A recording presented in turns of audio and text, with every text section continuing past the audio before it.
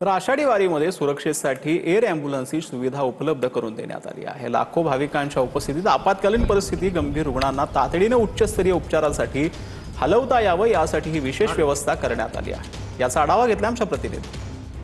वारीच्या इतिहासामध्ये पहिल्यांदाच आरोग्य विभागाच्या वतीने एअर ॲम्ब्युलन्स खरं तर पंढरपुरात मागवण्यात आलेली आहे।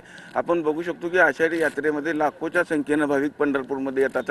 कोणतीही आपत्कालीन घटना घडली तर तात्काळ खरं तर त्या रुग्णाला खरं तर मेट्रो सिटीमध्ये हलवण्याकरता पहिल्यांदाच वारीची अशी खरं तर हे एअर ॲम्ब्युलन्सची सुविधा करण्यात आलेली आहे। ह्या एअर ॲम्ब्युलन्स सुविधेमध्ये जर आपण बघितलं तर एक पेशंट, 2 डॉक्टर अशी सगळी इथं व्यवस्था केली आपल्याला पाहायला मिळते। गर्दीमध्ये जर समजा काही पेशंटला अचानक इमर्जन्सी झाली आणि गर्दीमुळे आपल्याला त्याला जर हलवता आलं नाही तर तो पेशंट आपल्याला एअर ॲम्ब्युलन्सनं लिफ्ट करून सोलापूर, पुणे किंवा मुंबई या ठिकाणी आपल्याला शिफ्ट करता यावा आणि त्याचा जीव वाचवता यावा अशा मुख्य उद्देशानं शासनानं आपल्याला हे एअर ॲम्ब्युलन्स उपलब्ध करून दिले आहे। ही संपूर्णपणे मोफत सेवा असणार आहे। शासनाने सार्वजनिक आरोग्य विभागाने याचा खर्च उचलला आहे।